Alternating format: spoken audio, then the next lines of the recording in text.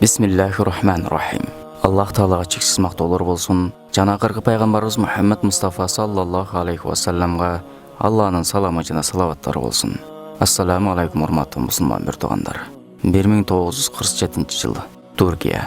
Афьон шаарынын камакканасы. Кыштын ызгардуу күндөрү.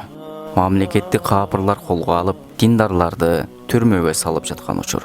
Мына ошондой күндөрдүн биринде кеч кирип калганда бир молдону кармап Афьондогу камакканага алып келишти. 60-тан артык эң оор жазалар менен олтурган кылмышкерлердин камерасына киргизилди. Максат бирөө жарым өлтүрүп жиберсе гана.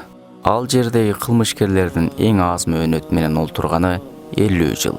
Молдо камерага кирип салам берди. Бирок эч ким алик алган жок. Бир чекеге барып унчукпай олтурду. Камера муздак, полу ным тарткан. Атайын жаманчуу да бербеди. Бары тескери карап, молдого көңүл да бурбастан жатып алышты. Молдо суу жоктугунан дубалга бир уруп бетине сүртүп, дагы бир уруп эки колун чыканактарына чейин сүртүп, таямум кылып, Алла кадыр кылган убакытка чейин намаз окуп чыкты. Таң атты. Бир убактан молдонун жанына үлкөн бир киши келди. Ал ошол камаккананын паханы эле. Камаккананын тилинде айтканда молдого тийишкиси келди. Молдо окшойсуң, деди адепсиздерче. Жок, молдо эмесмин, бирок намаз окуйм, деди жай гана. Суроо берсем жооп бересиңби, деди. Билсем жооп берем, билбесем билбейм деп айттам, деди. Мен 18 адамды өрттөп салгам, 15 адамды бычактаганмын, оорулук кылганмын. Андан башка майда шүйдө иштер да кылганмын. Эми мен жаннатка киреминби? Деди шылдың аралаш сүйлөп. Молдо айтты. Сен биринчи шарият маселеси сүйлөнүп жаткан учурда күлбөгүн. Бул динди шылдыңдаганыңдын күнөөсү дүйнөдөгү бардык адамды өлтүргөнүңдүн күнөөсүнөн оорураак. Экинчиден адеп менен сурап, мени менен бет маңдай олтур, деди. Берилген жооптон баягы кылмышкердин чоңу сергек тартты. Молдонун эр жүрөктүүлүгүнө таң берди. Себеби эч ким ага мындай сүйлөгөн эмес эле. Демек, молдону угуш керек, деди ичинен. Жанына барып олтурду. Эми молдо суроо берди. Каериликсиң? Кара деңизденмин. Кара деңизди көргөнсүңбү? Албетте көргөм. Ошол деңизге бир тамчы сыя төгүлсө, деңиздин баары боелобу? Жок, албетте. Эми ошол деңизден бир тамчы суу алынса, кемигени билинеби? Албетте билинбейт. Молдо жылмайды. Алла Тааланын ушундай ырайым деңизи бар. Анын алдында сенин күнөөлөрүң бир тамчы сыядай дагы эмес. Эгер сен кылган күнөөлөрүңө чын дилден тообо кылып, намазыңды тургузсаң, жаннатка кирип эле эмес, жаннаттын ортосунан жай алууң мүмкүн. Бул сөздөрдөн кылмышкердин жүзүнө кан жүгүрдү. Ордунан туруп кыйкырды. Менин ушунча күнөөм болуп туруп бейишке кирүүгө мүмкүнчүлүгүм бар болсо, силер ойноп күлүп кирет экенсиңер. Кана эмесе баарыңар гусул алып даарат алгыла, деди. Суу келтирилди. Бөлмөнүн бир бурчуна кездеме тартып, бир-бирден тазаланып жууна башташты. Бир эле жакшы сөз менен канча адам ыйманга келди. Бешим убактысы болгондо, баягы киши молдодон бизге иман болуп бериңиз, сизге ыктыда кылып жамаат болуп намаз окуйлу, деп суранды. Молдо макул болуп, чогуу намаз окушту. Кеч болгондо баягы киши төшөктөрдүн баарын жыйдырып бир чекеге коюшту. Молдо сурады. Тууганым, бул эмне кылганыңар? Киши айтты. Кеше биз сизге урматсыздык кылдык. Жаманчуу да бербедик.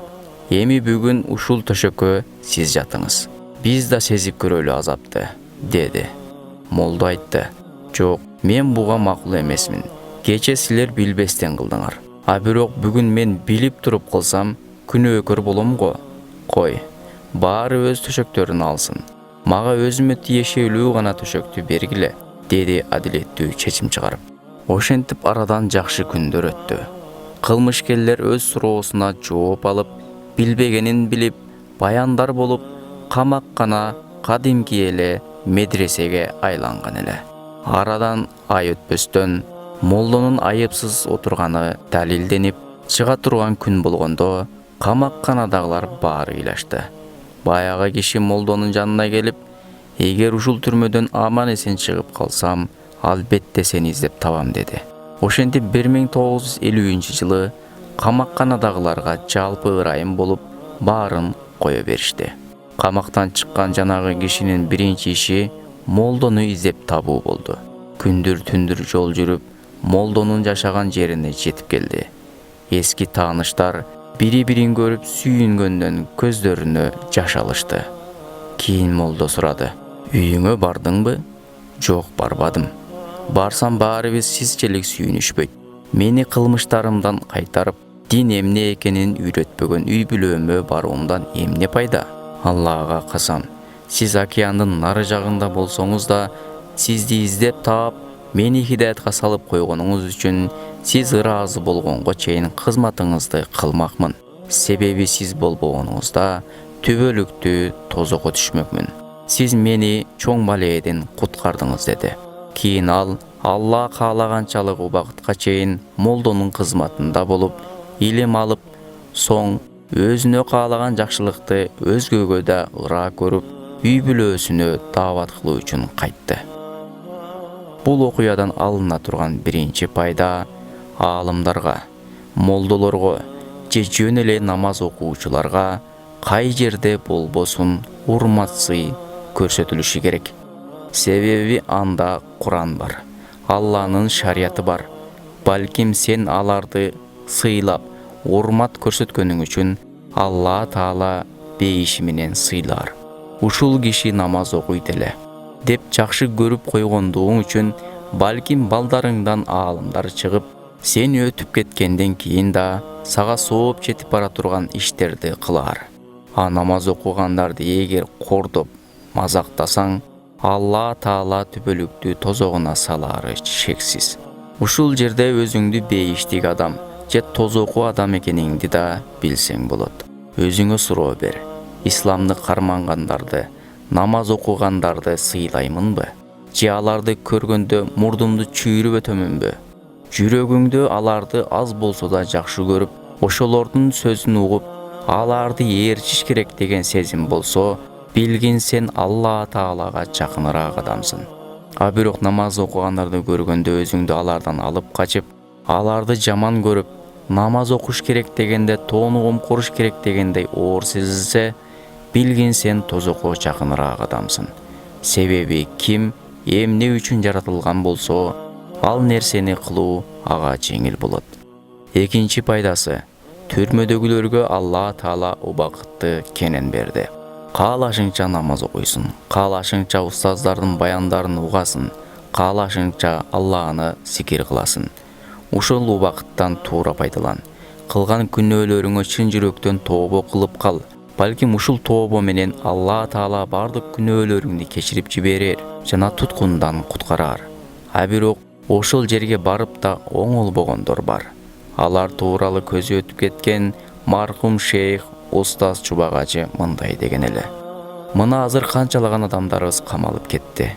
Бирок аларда өтө чоң мүмкүнчүлүк бар. Бактысы өтө кенен. Мына ошол жерде көп намаз окуп алгыла, көп зикир кылып алгыла, күнөөлөргө тообо кылып калгыла. Бирок ошол жерге барып да оңолбой кайткан адам чынында Кудай урган адам болот. Мына ушул сөзүмдү ошол жерде жаткандарга жеткизип койгула" деген эле. Биз жеткиздик. Эми амал кылуу сизден. Акылдуу адамга бир сөз жетиштүү. Ассаламу алейкум рахматуллах ва баракатух.